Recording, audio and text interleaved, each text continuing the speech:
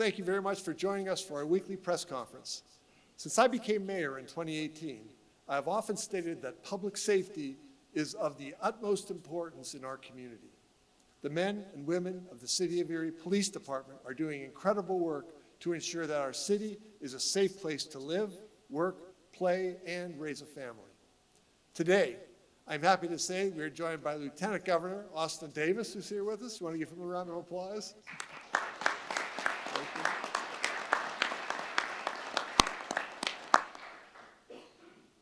Let's see. We will also be hearing from Tom Lennox, Senator Dan Laughlin, Representative Pat Harkins, and Police Chief Dan Spizzarni before we're done. Erie Police Athletic League is the most successful organization of its kind, working to unlock the power of the cop-kid relationship. PAL programs help reduce crime in our neighborhoods, promote positive character development, and improve educational outcomes for our children. Officers interact with youth, coach, mentor, teach, and play sports with students after school. PAL has ramped up its programs, increased its reach for over the past several years to meet the demand. It has grown from, when I first took office, 35 students, 1 school, and 6 officers. Now, there's 1,700 students involved in 27 locations with 120 officers, 4 of which are full-time staff in this. The students are provided a safe place to meet and interact with officers, and they are building meaningful relationships that are having a long-term impact on our community. Through honest conversations, team building, field trips, recreation, tutoring, and athletics, the students get to know our police officers as people. Now, I'd like to introduce Lieutenant Tom Lennox from the City Police Department, who leads our PAL program. Thanks to his commitment, dedication, and passion, our Erie PAL is helping to drive down crime and create pathways for our students. Lieutenant Lennox, the podium is now yours.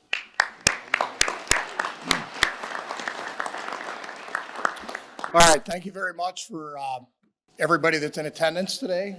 Mayor, thank you for those kind words. Chief, thank you. And of course, Lieutenant Governor Davis, it's an honor to have you here in our city.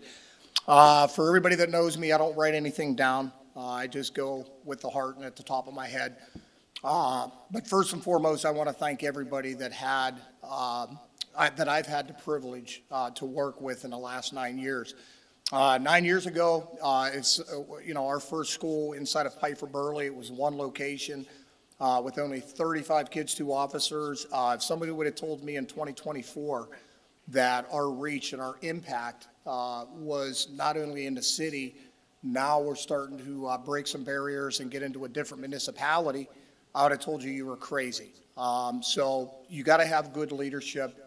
It isn't a one-person program. All right, I wouldn't be standing up here if it wasn't the the great leadership of Mayor Joe Schember, his mayoral assistant Renee Lamus, Aaron Lonke, his staff, our chief Dan Spizzarni, William Marucci, Deputy Chief Rick Laura, Captain Tallarico, and Inspector Janice. So I wouldn't be up here if all of our command staff who runs this city weren't on the same page as it relates to our youth in our city and the progression of how we can continue to make that impact. So for that, I thank all those individuals. Obviously, our representatives from the city and Representative Mirsky, Representative Bizzarro, Senator Laughlin, these are a lot of moving parts that, the growth of this program has always been a team approach. The buy-in from our business owners, our school districts, it's all come together and made it a successful program. All right. And without further ado, I would like to give specific attention, to the officers, all 100+ officers that, make the sacrifice and the commitment, on a daily basis inside of our schools. A lot of these guys, it's a very tough job, and what their normal job duties are, but they still find the time, hours a day, to make that significant impact with the youth in our city. And, they are the heartbeat of this program. And I'd be remiss without thanking all of our frontline officers that take the time, the dedication, the sacrifice, and the continued work ethic to continue to progress this program forward. And I'm really looking forward to see where this program goes. I mean, I'm hoping in 4 years that we have upward to 3,000 to 4,000 kids throughout Erie County that's involved in a part of this program. So for that, I want to thank the officers, and last, these kids that we serve, and they serve us. Again, I always say it's a two-way street. It's not what we're doing in their lives as much as what they're doing in the lives of us officers. And I take that very serious. And they've made a significant impact on all the officers that are involved in this program, just like I would like to think that we make a significant impact in their life. So thank you, everybody, for coming today, and it's an honor. Now, why we're here today, we're here because the Lieutenant Governor in his office in Harrisburg were so gracious with the representatives in our city to really advocate for this program. And, again, this is about keeping our team together, because this job is no longer than a one-man job. And receiving this funding will allow me to keep my team together at a full-time basis for the next few years until we hope to be able to sustain this program well after 2 years after that. So I'd like to thank Corporal Hayden Foltz, Sergeant Melanie Sazoric, and Officer Antoine Fields, because they're my heartbeat on a daily basis to help, I guess, keep me on the rails as well. So I thank these three that are up here with me to where this money that we're receiving today will help keep pushing us into the future. So without further ado, it is my honor to introduce Lieutenant Governor Austin Davis. Lieutenant Governor Davis is the youngest lieutenant governor in the country and the first black lieutenant governor in Commonwealth history.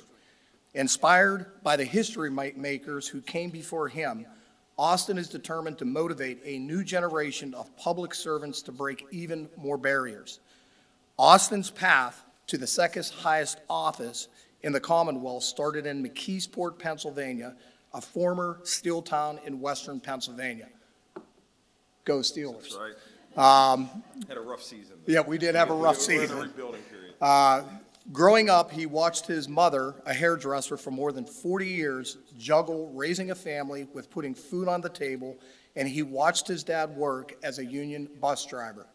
In 2018, Austin successfully ran for the State House of Representatives to represent the Mon Valley in his hometown of McKeesport, becoming the first African American to represent his legislative district.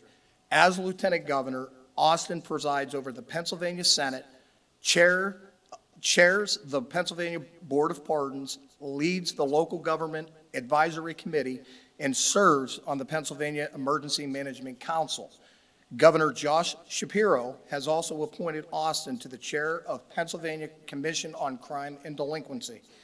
While serving as Lieutenant Governor, Austin is focusing on combating the epidemic of gun violence, supporting small and minority-owned businesses, advocating for the working-class Pennsylvanians, and being a champion for communities that feel like they've been left behind.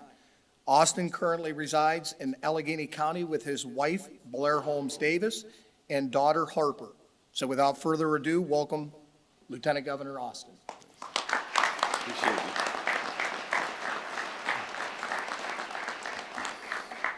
Thank you so much, Lieutenant Lennox, for that warm introduction. It's so great to be back here in the city of Erie. Mayor, thank you for welcoming me here this morning and for all your hard work. I got my start in local government, so I know this is really where the rubber meets the road. I want to thank the members of the Erie City Council who've joined us here today as well as Selena King from Senator Fetterman's office. Thank you for being here as well. And I also want to thank our partners in the state legislature. You know, governing is really a team sport. And in Pennsylvania, you can't get anything done without folks coming together. And that means Democrats and Republicans coming together to get things done for the good people of Pennsylvania. And nobody has a better delegation of legislators than Erie County. So I want to thank particularly Senator Laughlin for your work in the Senate. It's an honor to serve with you, and Representatives Mirsky and Harkins for their hard work and their advocacy. I had the privilege of serving with both of these gentlemen in the State House, and I can tell you, you have no better advocates than them fighting for you in Harrisburg. This issue is really a bipartisan issue, and I think you can tell that by the folks who are here today. I'm so excited to talk about an issue that's really near and dear to my heart. As someone who grew up going to a Boys and Girls Club in my hometown of McKeesport in southwestern Pennsylvania, I know firsthand the value of after-school programs. At their most basic level, they provide structure after the school day ends, but the best programs enhance and expand on what our kids are learning in schools, giving them social skills, homework help, sports and exercise, music and art, and so much more to help them develop into the people that we want them to be. They also keep our kids safe during those critical hours after the school bell rings at the end of the day. That's why investing in after-school programs is a top priority for the governor and I. We're proud that in the 2024-2025 bipartisan budget we were able to pass, for the first time, we're providing state resources for this priority. Every Pennsylvania kid, whether they live in Erie, Easton, Elwood City, or Philadelphia, every child deserves to have the freedom to both feel safe and be safe in their communities. They deserve places that give them safety and experiences that expand their horizons. And parents deserve the peace of mind knowing their kids are safe while they are working hard to provide for their families.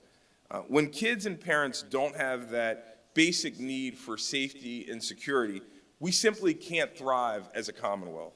Investing in after-school programs isn't just the right thing to do, it's the smart thing to do. The return on investment for these types of programs is somewhere in the neighborhood of $7 for every $1 we invest as a Commonwealth. And there's a huge demand all across this Commonwealth. For every kid who is enrolled in an after-school program, there are 4 more waiting to get into one. That's why we're incredibly excited to announce that the Commonwealth is awarding more than $11 million in grants to 46 applicants, including the Erie Police Athletic League, to expand after-school programming here in Erie, but across the Commonwealth. We're awarding grants to programs in cities like Pittsburgh and Erie as well as more rural communities like Clarion and Butler. It was incredibly competitive. There were almost 300 applicants requesting nearly $65 million in funding. That's almost 6 times what was allocated in our bipartisan state budget. Clearly, the demand is there, and it's only going to continue.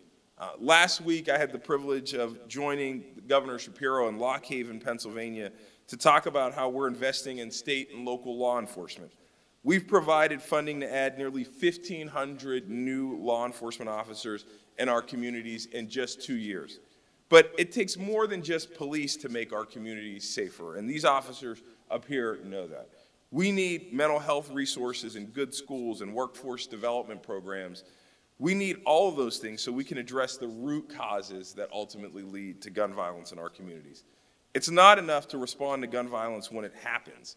We need to make sure we're preventing it from happening at all. We're making progress, but there's still so much more work to be done here in our Commonwealth. The #1 cause of death for young people in America isn't cancer, it isn't car accidents, it's guns. When we invest in after-school programs like the Police Athletic League, we're being smart about safety, and we're saving lives. There's no more important metric when we talk about getting stuff done for the good people of Pennsylvania. And so it's my pleasure to now bring up a partner in this work, someone who I have the privilege of working with in the Pennsylvania State Senate every single day, my friend, your Senator, Senator Dan Laughlin.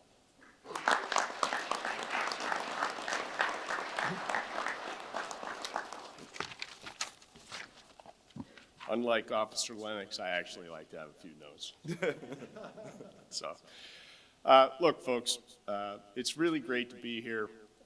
The PAL program is something that I've supported since the first time I met Tom Lennox.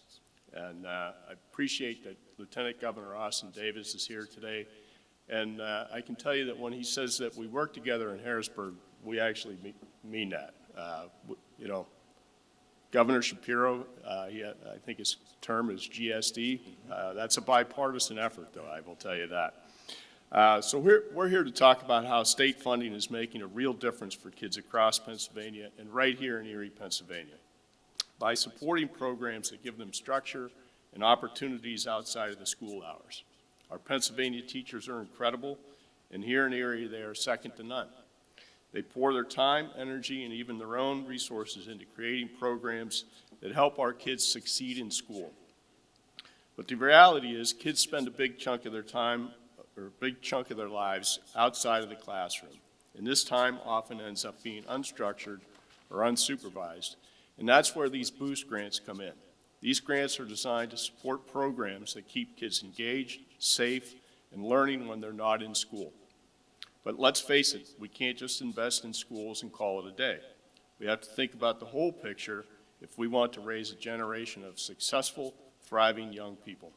Here in Erie, we are fortunate to have the Erie Police Athletic League. Erie PAL is about much more than activities. It's about building meaningful relationships between law enforcement and our youth. Officers serve as mentors, guiding students as they grow, and in the process, creating a sense of safety, trust, and connection with authority figures. Programs like PAL don't just help individual kids. They make our entire community stronger. They reduce crime, build character, and help kids succeed in life. I'm thrilled to share that the $250,000 in boost funding will be going to the PAL program, and this funding will support tutoring, mentoring, summer camps, educational field trips, and recreational activities for the 1,700 kids that are currently in this program, and hopefully we'll get it up to, what was it, 4,000? Something like that. I can't overstate my admiration for Erie PAL and the dedicated officers who make this possible. Your work changes lives, and you are helping shape a brighter future for our children. And I have to tell you, I'm going to give a personal shout out to Officer Tom Lennox. When he reached out to me about this, I think it was 8 years ago, I was like, I'm in. So we're here to celebrate the success of this program. We're here to help fund it and programs like this across the Commonwealth. So thank you, and thank you, Lieutenant Governor, sorry, Austin Davis, and now I'd like to turn it over to Pat Harkins. Thank you.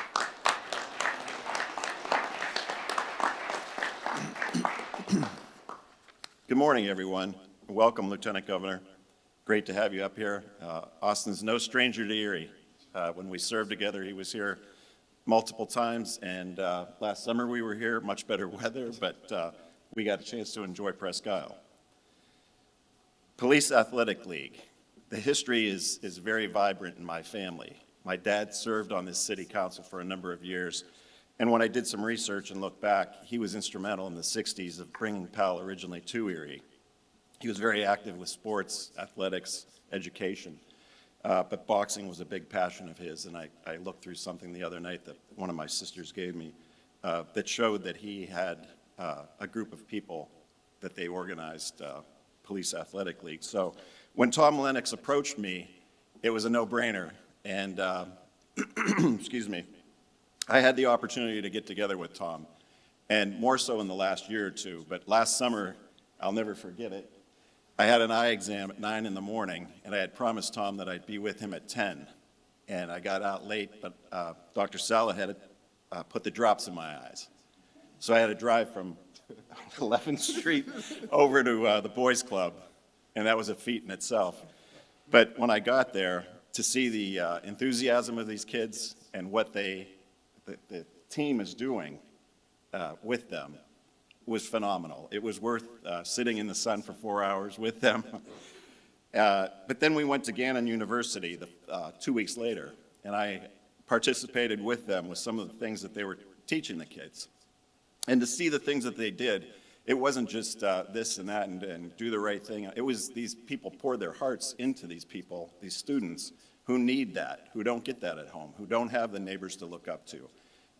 It's just a great program. I'm committed to it. I'll do whatever I have to make it work for them. Tom and I have some initiatives in the works currently, and we got to get together on that. But the 3-week summer camp in itself is something that I brag about in Harrisburg to my colleagues, and then they ask how they can do that and implement that in their area. We welcomed Tom and his team to Harrisburg last fall, and they got an eye-opener. I took them through some of the areas that we go through when we're in session, and I think it was an education to them to see how the sausage is actually made. But we look forward to making that an annual event. I felt bad during Christmas. Tom brought the team down with the students, and they toured not only Harrisburg, but Hershey and some other areas. But I look forward to them coming down in the summer when the budget process is going on and the people are there. With that said, anything we can do to get this on the right path and to continue this and advance it, it's very, very needed in the inner city and as well as in the county. So they're looking to branch out, I know, and I applaud them for that. Next up, I'd like to introduce Chief Spazzarni. He's been a great, great asset to our city, to me personally, and I feel that we're very fortunate to have a person like him leading this great crew of people. Thank you.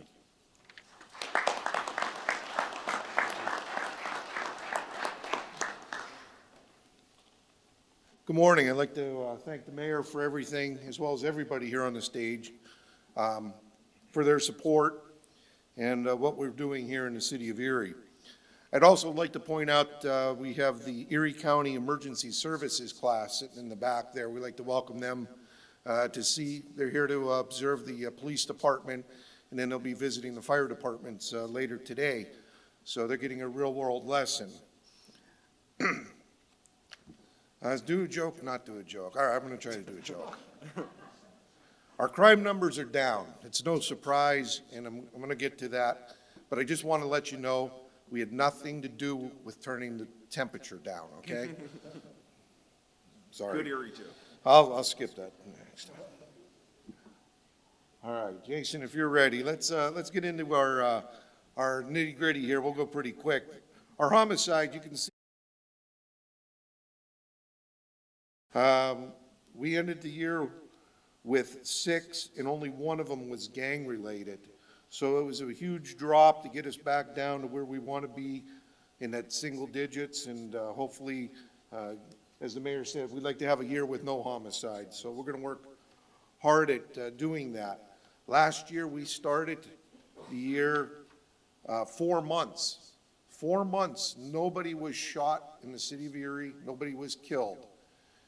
Years ago, we were having a shooting once a week and a homicide once a month. So we went 4 months without anything. So we know we can do it. We're just going to continue working at it. On our confirmed shots fired, 4 years ago, we were at 311. Last year, we only had 104. It was down 66%. The number of people shot dropped from 72, which is a little over one a week, to about 1 every 3 weeks. That 18 people shot, 8 of them were either accidental or a justified shooting, leaving only 10. Of the 10, we were able to make 6 arrests. There were 4 cases that remain open, and mostly because the victims are refusing to cooperate. So tremendous job by everybody in the department in doing that. If we can hold these people responsible for the crimes they commit, it makes a safer community. Next page. On the aggravated assaults, you'll see 4 years in a row we've been decreasing the number of aggravated assaults. The robberies are down compared to the last 2 years. Stolen firearms, very great number there, down to only 47 stolen firearms last year reported. Obviously, the recovered firearms are down because we're going to recover less because less were stolen. But those are also great numbers to know that only 47 guns and not 148 were stolen. As far as simple assaults, you'll see that they're down slightly from last year. The criminal mischiefs on the property side, it did go up a little bit, but again, it's not a life dependent crime, so We're all right there. Our auto thefts are down 132, the least amount in the last 4 years. Our burglaries the last 3 years have dropped, 3 years in a row now, so we're very happy about that. Our theft cases, general theft showed a slight uptick, but we're still within where we were 2 years ago. And then for the rapes, we're down to 33. And the sex offenses, a huge drop there of 110 cases from 261 to 151. Wonderful numbers there. Our forgeries dropped 4 years in a row. Our fraud went up just slightly, but from 11 to 16, so it's not a huge jump. Lastly, our arson category did go up by 6 fires, but again, no significant huge jumps there. It's the hard work and dedication of the police officers, the detectives, the crime scene unit, the lab techs, the technology that we've been able to purchase, the cameras, and the staffing. We've been working with 18 extra officers in ARP funding for the last couple of years. We've been able to obtain some grants to keep those ARP officers on longer so that we are fully staffed. And I think that the staffing plays a great role in being able to keep these crime numbers down, that we're able to address crime, but we're also able to have officers, over 100 Erie police officers involved in a program like PAL. So put it all together, it makes for a great city. We had a great year. I'm happy to report that, and no more jokes. So I'll turn it back over to the mayor.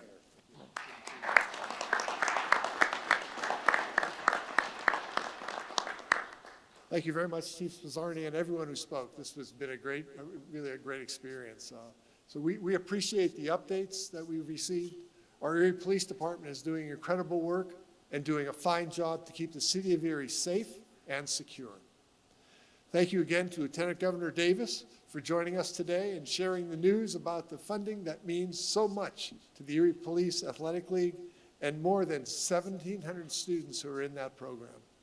This funding will help put PAL on a sustainable path for the future, until it can be raised to 4,000 or 5,000 people, right? And that concludes this week's press conference. Please continue to follow us on social media for the latest updates on everything happening here in the city of Erie. Everyone who spoke is now available for interviews. That could take a long time, but thank you very much for being here. It's the biggest crowd we've ever had at one of these. Thank you. Thank you very much.